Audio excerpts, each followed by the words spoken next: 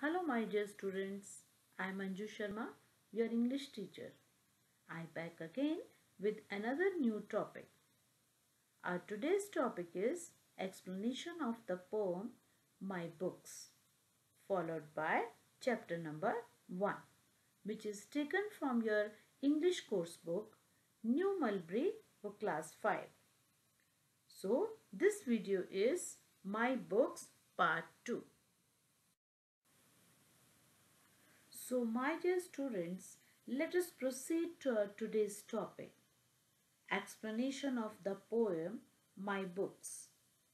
This poem is written by anonymous poet whose name is not known. Now children, I would like to request you to open your book at page number 27. Dr. Seuss, a very well-known writer of children's book, he said, "The more that you read, the more things you will know. The more that you read, the more things you will know. The more that you learn, the more places you will go." Now see children, when we read more, we learn about a lot of new things. We come across a lot of new characters, a lot of new stories, and the more things that we learn, that the more places we will go. So let us read about how can we go places by books.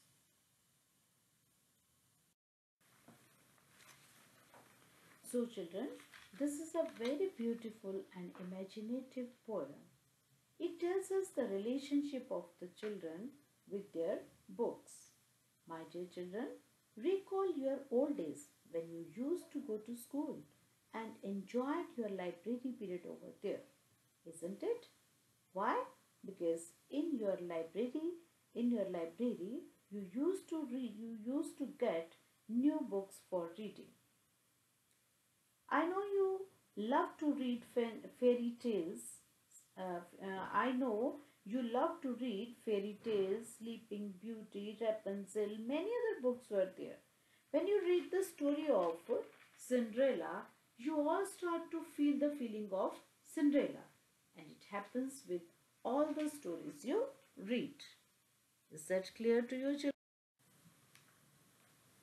So children, let us proceed to our poem. Let us read about how we can go places with books. Now first stanza is here. I love my books. They are the homes of queens and fairies, knights and gnomes. Again, listen it. I love my books. They are the homes of queens and fairies, knights and gnomes. Now children, you see the meaning of fairy. Fairy in stories, a small creature with wings and magic power. Okay? And knights, in the past, a man of high rank who was trained to fight as a soldier on a horse.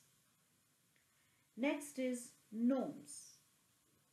Now here in knights and gnomes, in knights, K is silent, K-N-I-G-H-T-S, knights, we pronounce as a knights, and gnomes, G is silent here.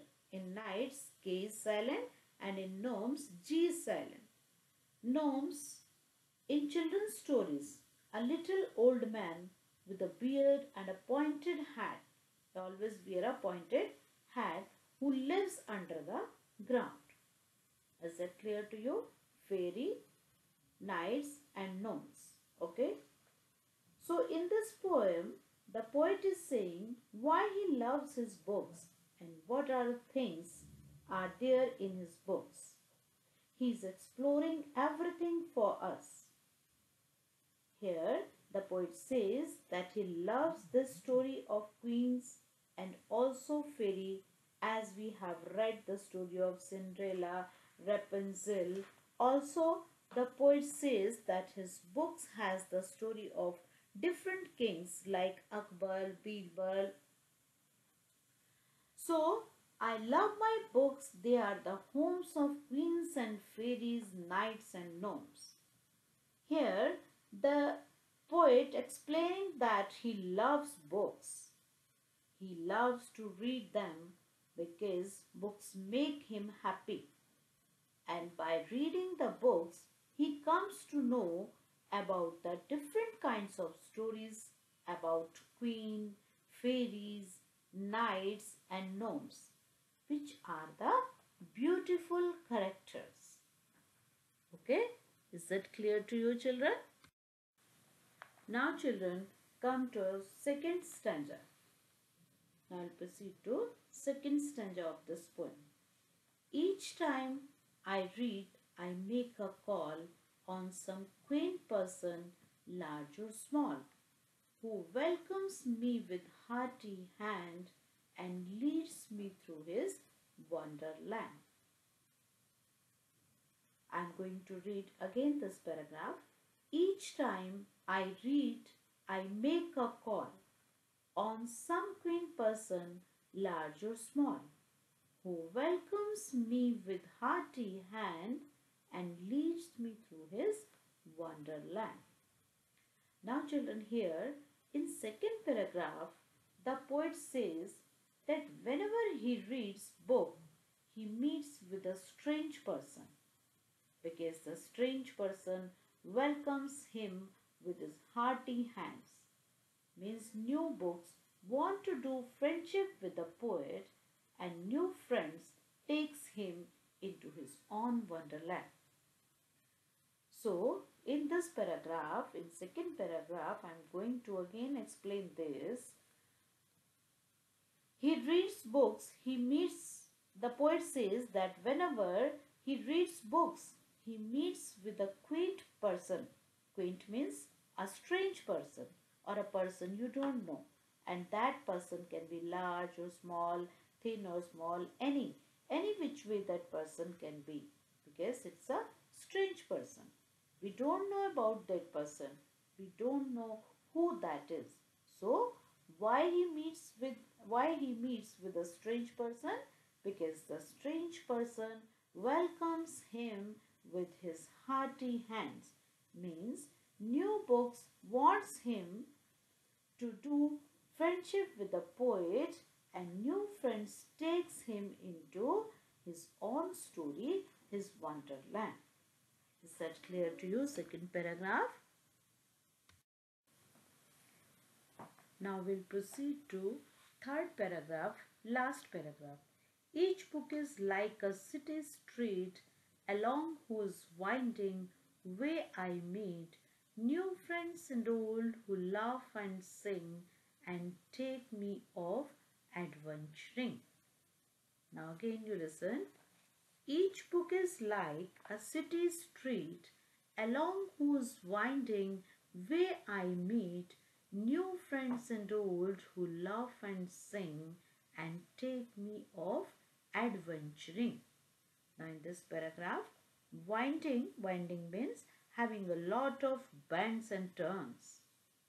And sixth one is adventuring, means doing new and exciting things, often in new places. Okay. Now in this paragraph, the poet explains every book is just like street. As he goes ahead, he meets with other people, whether they are new or old, with whom we can laugh and sing, and new friends take to the another adventure, which is fun, of course. So in this stanza, the poet wants to say that the books has many streets, the imaginary streets, where the poet goes and meets his friends along with whom he loves and enjoys and does lots of adventures, like we have read in story Alice and his Wonderland, in which she goes to her wonderland and she does a lot of adventures in his trip. Same way, when he reads the story in his books, he enjoys the wonderland because there he can imagine his friends and also he can enjoy, laugh and sing along with his friends. So students, that's what the poet wants to say in this poem. So students, we all should make a habit of reading daily because it's a good habit for everyone. It enhances our vocabulary and it improves our writing skills. Books are our real friend. They give us knowledge and happiness. Is that clear to you, children? Okay. My dear students, I think you have understood the explanation of this poem. Now here is the time for your assignment. Your assignment is learn the poem thoroughly. Write the poem in your Mulberry notebook. Next, write and learn word meanings also in your Mulberry notebook. Last, read the explanation twice or thrice. Okay, children? So, dear students, see you in next video class. So, bye. Have a nice day.